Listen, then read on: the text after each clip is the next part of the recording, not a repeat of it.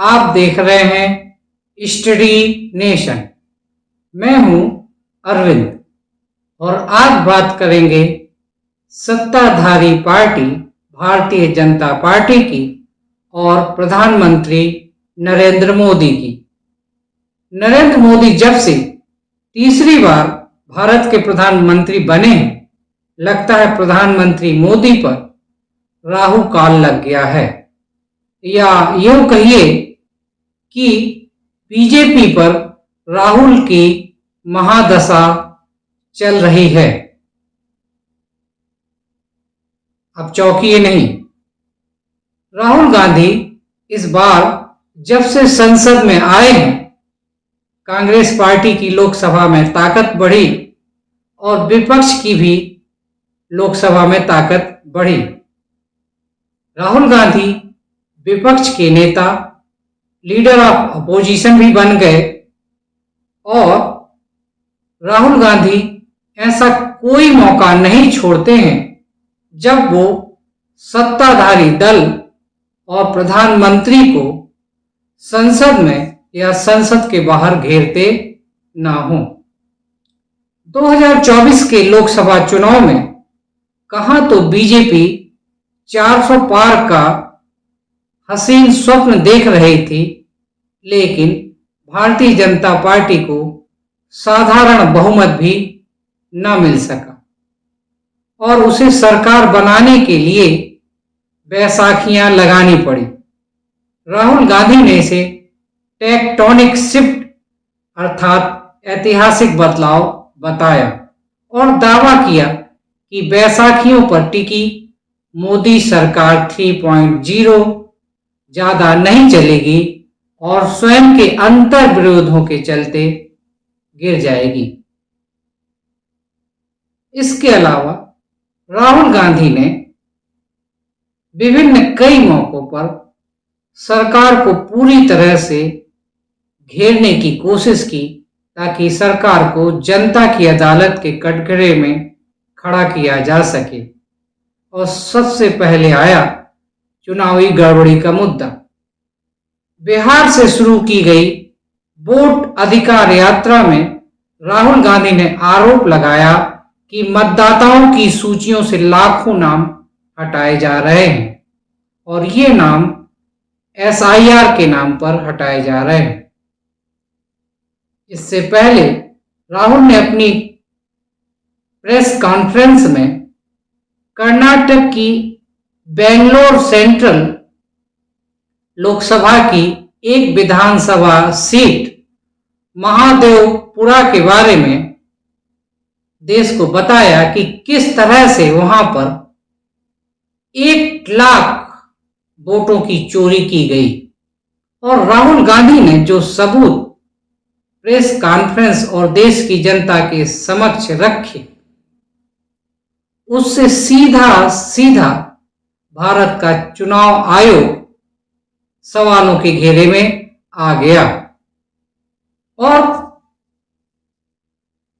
जितना जवाब भारतीय चुनाव आयोग नहीं दे रहा है, उससे ज्यादा चुनाव आयोग के समर्थन में भारतीय जनता पार्टी जिस तरह से बयानात दे रही है, उससे कहीं न कहीं इस बात के संकेत स्पष्ट मिल रहे हैं कि दाल में कुछ काला है या फिर शायद पूरी दाल ही काली है। ऑपरेशन सिंदूर के दौरान भी राहुल ने मोदी सरकार पर गंभीर आरोप लगाए और कहा कि भारत ने हमले की जानकारी पाकिस्तान को पहले ही दे दी, जो देशद्रोह से कम नहीं है। इतना ही नहीं, उन्होंने यह भी पूछा कि इस गलती से भारतीय वायुसेना के कितने विमान हमने गंवा दिए। राहुल गांधी ने बार बार अर्थव्यवस्था पर भी सरकार को घेरने की कोशिश की। उन्होंने कहा मेक इन इंडिया अभियान असफल रहा। राहुल गांधी विभिन्न औद्योगिक इकाइयों का दौरा करते हैं और उन्होंने यह भी दिखाने की कोशिश की कि भारत वास्तव में मेक इन इंडिया के नाम पर असेंबल इन इंडिया हो रहा है, अर्थात विदेशी पार्ट्स लाके भारत में कोई चीज बना दी जा रही है। जीडीपी में मैन्युफैक्चरिंग की हिस्सेदारी 60 साल में सबसे कम हो गई है। राहुल का आरोप था कि मोदी सरकार आम जनता से तो टैक्स वसूल रही है, लेकिन अपने उद्योगपति मित्रों का कर्जा माफ कर रही है। इसके साथ ही नीट और नेट जैसे बड़े बड़े एग्जाम में पेपर लीक को लेकर राहुल गांधी ने सरकार को घेरा और सरकार श्रेय तो बहुत जल्दी लेती है। तो अगर इस तरह के मामले आते हैं तो उसका श्रेय भी तो सरकार को ही जाएगा। और राहुल गांधी ने इस बात पर तंज कसते हुए कहा कि मोदी जी युद्ध तो रोक सकते हैं, लेकिन पेपर लीक क्यों नहीं रोक पा रहे हैं। सरकार के तीसरे कार्यकाल के पहले 15 दिनों में ही राहुल गांधी ने 10 बड़े मुद्दों की लिस्ट गिना दी। कश्मीर में आतंकी हमला, ट्रेन हादसा, पेपर लीक, महंगाई और भीषण गर्मी में जल का संकट। और कहा मोदी सरकार जनता की समस्याओं से ज्यादा अपनी सत्ता बचाने में व्यस्त है।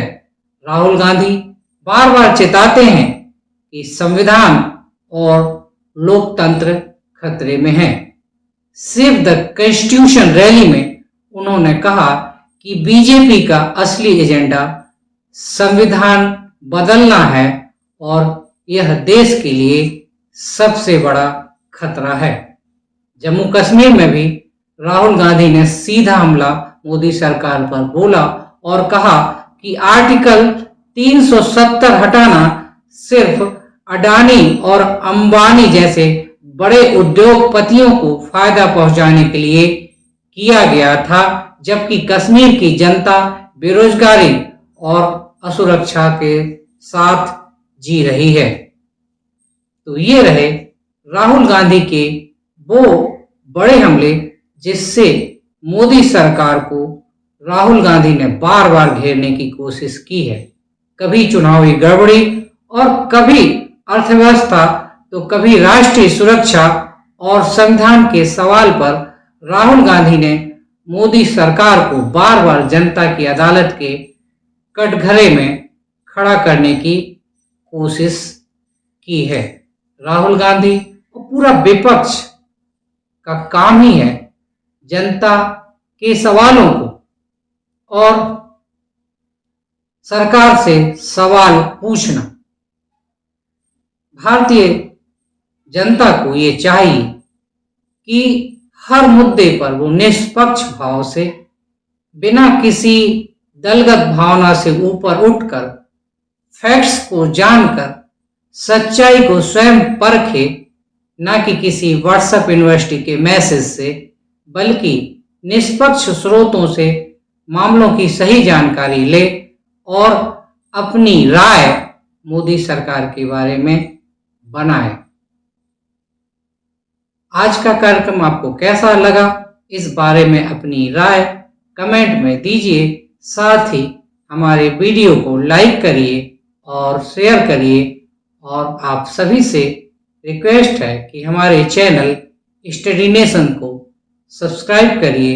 आपका सब्सक्राइब बटन पर एक क्लिक हमारे लिए सबसे बड़ी हौसला अफजाई है। मिलते हैं अगले फिर किसी वीडियो में एक नए मुद्दे के साथ। तब तक के लिए गुड बाय।